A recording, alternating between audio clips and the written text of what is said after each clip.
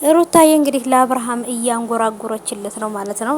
ምክንያቱም የፍቅር መግለጫ አሁን ላይ አብርሃምና ሩታ ያሉበት ሁኔታ የበፊት ፍቅራቸው የልጅነት እንትናቸው ሁሉ ጥፍት ብሎባቸው የፍቅር ትውስታቸው ሁሉ ጠፍቶ ውጣ ውረድ ውስጥና ግራ መጋባት ውስጥ ናቸው ያሉትና እንግዲህ ሩታዬ ለአብርሃም ዘፈን ዘፍናለታለች። ወይንም እንግዲህ በእንጉርጉሮና በቅላጼ ወይንም በዚህ በሚያምር ድምጿ እንግዲህ ለአብርሃም ክፉ እንድነካ አልፈልግም የሚል እንግዲህ ያላደለ ታውቃላችሁ። መቼስ ፍቅር በተለይ የመጀመሪያ ፍቅር እኮ አይለቅም ምንም ብትደረጉ የመጀመሪያ ፍቅር አይለቅም ይባላልና እኔ ግን እውነት ለመናገር ፍቅር ይይዘኛል ይሁን ይዞኛ ቃል ይሁን አላውቅም። እኔ ያው አይዘኝም ፍቅር እኔን አይዘኝም ፍቅር ምክንያቱም እኔና ፍቅር ከተራራቅን ስለቆየን እና ሰላም ሰላም የኔ ውዶች የኔ ወርቆች እንዴት ናችሁ? ሰላም ናችሁ ወይ? አላችሁልኝ ወይ የኔ ውዶች?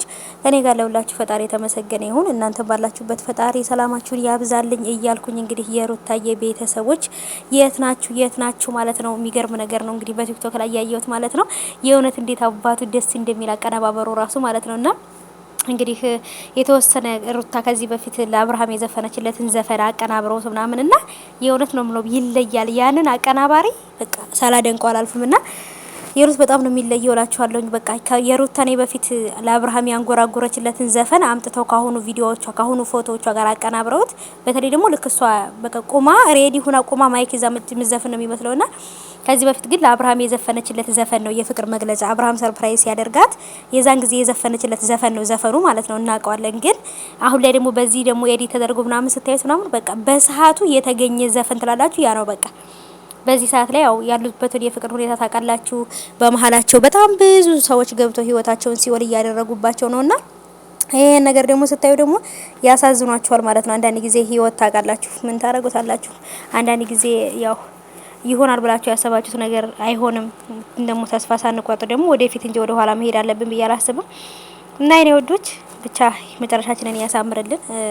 አብርሃምና ሩታ አንድ ላይ ተመልሰው ሩታዬም እንደዚህ በቃ ከሌላ ወንድ ጋር አልቀርብም ብላ ባሌ፣ የልጅ አባት፣ ትዳሬ፣ የልጅነቴ ይሻለኛል ብላ በተስፋ እንግዲህ አብርሃምን ተሽሎት የራሱን ውሳኔ እስከሚወስድ ድረስ እየጠበቀችው ነው ሩታዬ ነው ይወድ እንኳን ሄርሜላ እኮ ደግሞ አለማፈሯ አለማማሯ ለምን እንዴት ነው ሰው እናት አባቱ ጋር ሂጄ ምናምን አብርሃምን መንከባከብ አለብኝ ብሎ የሚለው? ሩታ ነበረች ይሄ ነገር ማለት የነበረባት። ምክንያቱም ሚስቱ ናት፣ የልጁ እናት ናት። አያቸው አይደለ?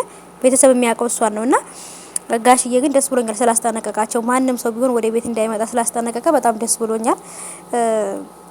አሁን ላይ አብርሃም ያለበት ሁኔታ ማወቅ አልቻልንም። ትናንትናም ዳኒ ቪዲዮ ለቆ ነበረ ከሩታ ጋር ምናምን ችግር እየፈጠረ ነው ዳኒ ራሱ። ሩታ ግን አሁን ላይ ያለችበት ሁኔታ እውነት ለመናገር ከባድ ነው። ማለት መናገር የምትፈልገው ብዙ ነገር አለ፣ ግን ደግሞ ከመናገር መቀያየምና ቅሬታ ማትረፍ እንጂ የሚገኝ ነገር የለም ብላ እንግዲህ ሁሉ ነገር ለመቻል እየሞከረች ነው። ግን ደግሞ ሩታዬ ሁሉ ነገር በራስሽ ብቻ ለማድረግ አትሞክሪ፣ ትጎጃለሽ ማለት ነው። የእውነት ትጎዳለችና ልጇን ለማሳደግም ቢሆን እሷ መኖር አለባት አይደል? እንደ በህይወት ጋይሶችዬና ብቻ ከባድ ነው። አሁን ላይ የሁሉ ነገር እየተፈጠረ ያለው በዚች ሄርሜላ በምትባል የሆነች ዝርክርክ ሴት ነው ማለት ነው።